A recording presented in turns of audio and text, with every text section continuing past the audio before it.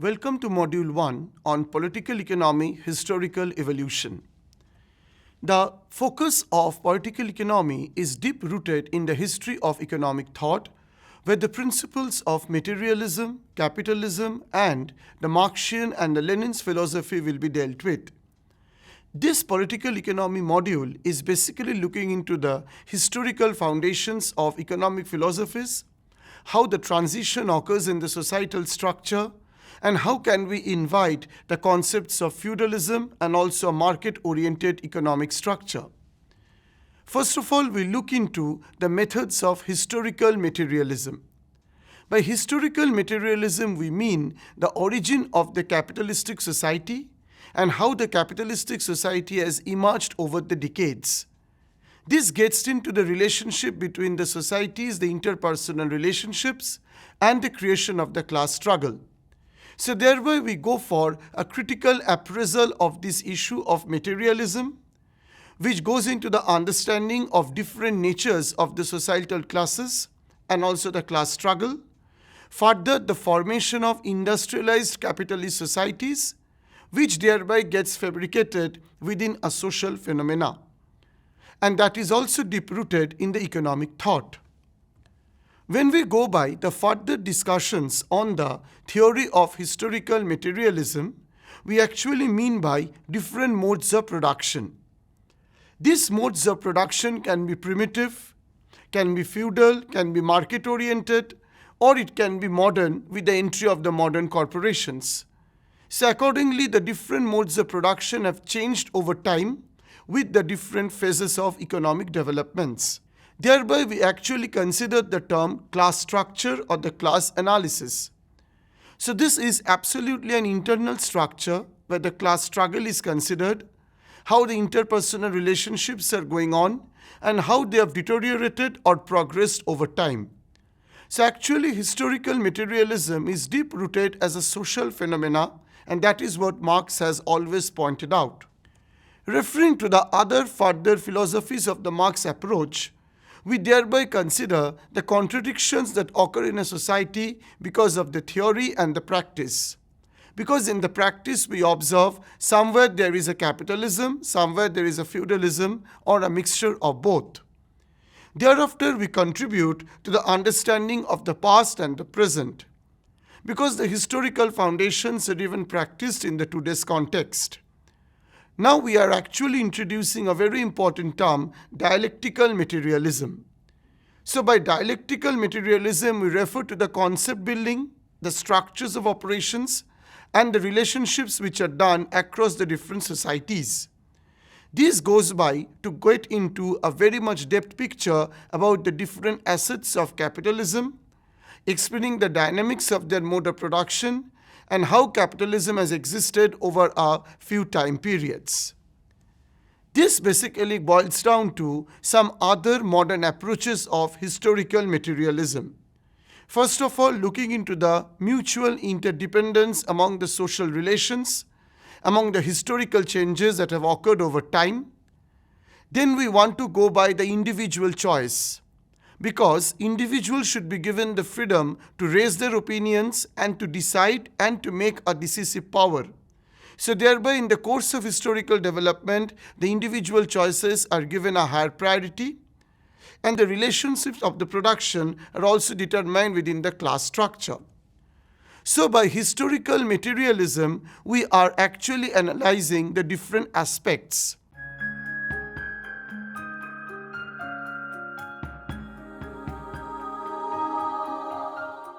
Now we move on to the very important concept of trajectory of historical development. Because historical development had been a very dynamic process, and so it has get into different forms of societies and how the societies are interlinked with each other. This boils down to the different modes of production as identified by Marx, like primitive communism, slave society, feudalism, mercantilism, and finally capitalism.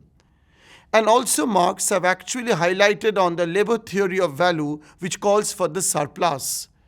how the surplus will be redistributed among the society, how the equity considerations will be taken up. This was one of the most important dynamics of the Marx philosophy. And then we actually go by the feudalism, which was based on the nobles and the serfs. Thereby we have the bourgeois classes, and finally we have the working classes. So this type of classifications or the categorizations among the classes are one of the important facets of capitalism or a capitalistic society. So now we move on to different modes of society one by one, starting from the transition or initial years of development. First, we focus on the primitive communism. So when we go by the primitive communism, we refer to the hunting classes who used to gather their means of production by their own effort, and also they are actually considered the traditional one and the structured ones. There are actually no role of state, no property, no money or any social classes, because they were absolutely depending upon the nature and its resources. The primitive mode of the production was basically the origin of the agricultural sector or the primary sector, where they have to gather the food and the means of the resources from their own effort without any producing new. And thereby this has been inherent in the social relations where the productive forces are deep-rooted. So when we refer to the primitive communism, it basically refers to a very orthodox and very obsolete methods of production by which the hunting and the other allied activities are concerned, and actually it refers to a very backward agrarian structure of economy. Next we move on to the ancient mode of the production. By ancient mode of the production, we are inviting the most important sector, that is agriculture, and how the agriculture and the industry are the major productive forces within a society. And thereby we are inviting the word of slavery and the private properties, because hereby we actually invite different class and the formation of the class struggles. By slavery we mean the exploitative class, and also we have the feudal lords who used to exercise their discriminating power over the slavery. So this is actually a slave society which is considered to be actually creating the wealth or exercising the wealth over a few, and thereby formed by the citizens and the slaves. So surplus from the agriculture was distributed to the citizens, and that is how the importance of this ancient mode of production comes in. That is actually the creation of the surplus by the primitive communism, and how the surplus is distributed among different forms of the society, and that comes under ancient mode of the production.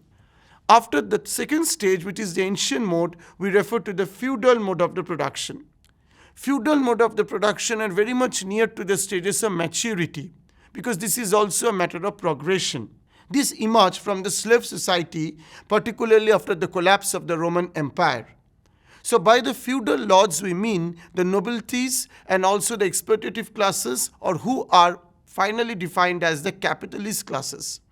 So who are this? These people are simple commodity production. So from the hunting we actually go by the agriculture, and thereby we are actually introducing the word of commodity production, which is the accumulation of the wealth or accumulation of the manpower as well as the accumulation of capital formation. So thereby the mercantilists have come up, the mercantilists have come up, and thereby gives rise to the new class which is called the bourgeois. So we observe that the feudal mode of production is actually near to the maturity, and also it is near to the most effective capitalist classes, which has evolved over time from the primitiveness, then the ancient mode where agriculture was in the focus, and then the creation of the commodity classes. After this feudal mode, we are actually introducing the final setup, which is the capitalist mode of production, where Marx has actually done a lot of research. So Marx have basically referred to the historical development in the trajectory whereby the capitalist classes occupy a major role. Who were these? They are basically the novio ricci, or the new groups who are exercising a control over the accumulation of wealth, or wealth is concentrated in the hands of few. So these are basically taking in form of the commodities, that is the commodity wealth. And as a result of commodity wealth, the old feudal system has waved away, eliminated, and thereby we are coming to a new capitalist structure. So capitalist structure is basically referring to the material capitalism, on the commodity wealth, and also monopoly over the commodity capital, and thereby the disparities in income, the inequalities in the economic structures, and the class struggles has evolved. So when we observe to the trajectory of the historical development, we observe that from the primitive modes which was hunting, where there was no money, no property, no individual choice, we go by the ancient mode, which gives us a prelude to the development of the feudal societies. And after the creation of feudal societies, we go to the capitalist classes, whereby the creation of wealth takes place. So this boils down to the more and more discussions on the materialism, on the practice of exploitative practices, and completely it has separated the economic and the political forces, because thereby the development of the economic societies, development of the political freedom, all are inherent within the capitalist classes. Marx has also explained the meaning of economic life, the meaning of economic state, the territory, and how the role of state has come up in the process. This also is very much discussed in the famous Communist Manifesto, where Marx and Engels have stated the creation of the classes, the relationships among the different classes, their class struggle, and how the capitalists have become the ruling class of the economic societies, and how they have dominated or evolved over the time.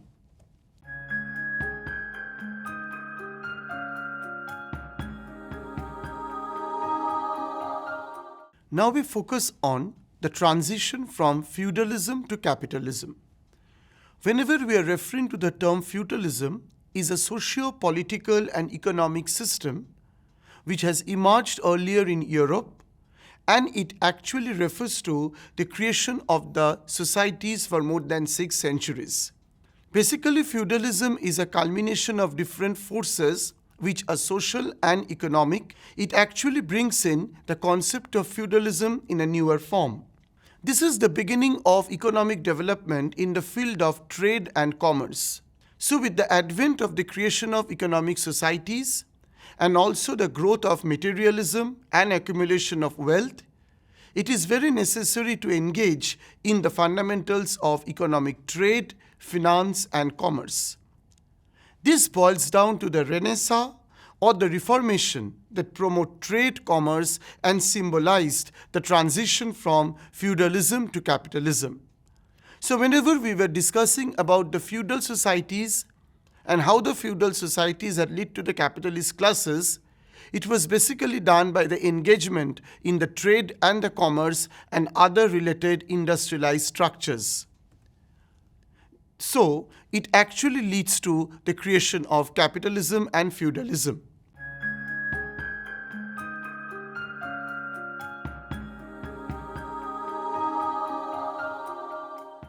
Now we move on to alternatives to new liberal capitalism and imperialism. These alternatives are basically the modern philosophies that have come into place within the paradigm of political economy. So thereby we invite Lenin, we thereby invite some of the basic developments of the Marxian philosophy that has occurred over time. By Marxian philosophy, we have seen that the imperialism is one of the integral part of the capitalist system.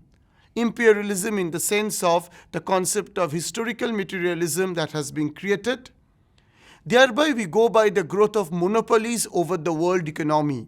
These monopolies were largely dominated by the modern corporations, which were later known as multinational corporations, or by the big capitalist classes over the economy, and thereby they tend to dominate over the capital formation across advanced nations of the world. This also leads to various creation of national blocks of finance. Later on they were converted to trade blocks, and how they have participated in the global trade and also in the commerce and other financial activities. We observe that all kind of inter-imperialist activities that have come up as influence over the time, which has resulted to the influence between the creation of wars, the class struggle, and also the economic transformations over time. So the alternatives to the imperialism has come up with the growth of capitalist classes, and also with the growth of class struggle, and also with the creation of different kind of finance and regional blocks. We thereby go to the question of banks and financial corporation. So after the entry of trade and commerce, the next important development in the economic landscape and also in the political hemisphere has been the growth of the banks and the financial institutions. This is because of the creation of wealth, the channelization of the funds, and thereby the creation of capital formation over time. It has also made entry to the concept of international finance, which has been very fluid, which has been very much mobile, and also it has been considered across the economies. Thereby, the specific industries, the specific investments have come up over time and they're integral part of decision making in the global economy. So when we talk about a globally integrated market, it is deep rooted in the capitalism, deep rooted in the feudalism, and also it is deep rooted in the development of the national banking and finance, which has its spillover effect in the international sector.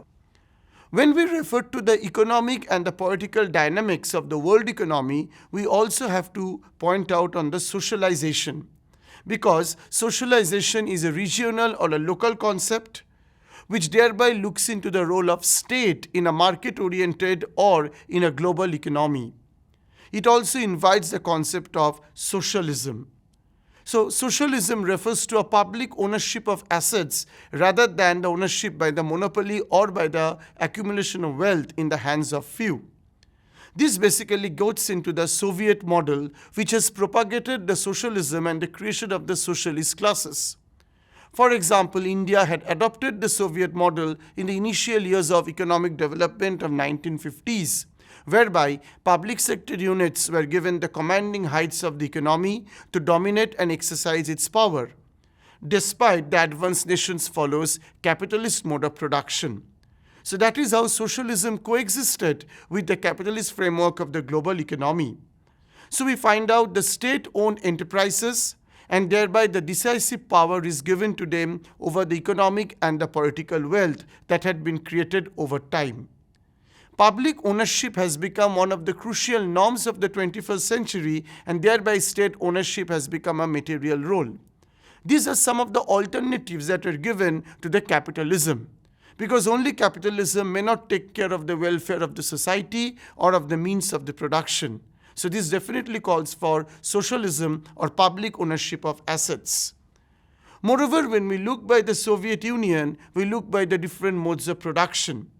So when we look after the production, we invite two important terms, formal and informal sectors. The formal sectors are always regulated by the government. The informal sector requires some kind of monitoring, and thereby markets cannot take care of all the needs of these formal markets or the formal structure. So this calls up for the role of state or this role of public ownership. Thereby we go for a planned economy. So whenever there is any kind of discussions on the evolution of economic planning, we actually set for a socialistic framework within a capitalistic mode of functioning, because a planned economy can take care of the economic fundamentals, the social fundamentals, and also the social inequalities that can exist if the capitalistic mode of production continued for a longer time. And so we go by the popular participation of economic decision making and go by the power of the state. Nevertheless, the modern alternative also calls for decentralization, whereby we invite actually the participation of the masses in the decision making process. So actually, whenever we are dealing with the word of socialism, capitalism, imperialism, followed by the role of state, we also invite the political electorate or the method of democracy in a state. Because democracy is the lifeblood of the socialism, whereby we can take care of the capitalist classes and we can make some checks and balances. So in case of the socialism, it cannot develop with a popular and participation of the people at all levels. This also assembles different economic decisions at different layers of the society, and thereby we can talk about a multi-party system. Thereby we can talk about the creation of competitiveness in the market and also in the democratic structure, and which are essential parts of a political economic framework.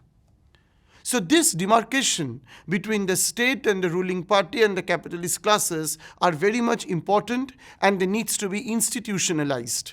That is what a need for an organizational capital.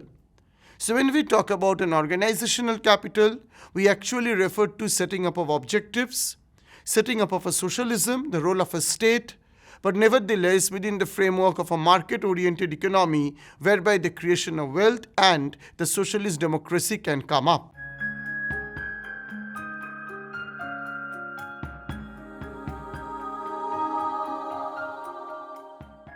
In this module, we can sum up the following discussions of the concepts. Like the module deals into the methods of historical materialism, which is deep-rooted in the economic foundations, trajectory of historical development, how from a primitive society we end up with the growth of the capitalist classes.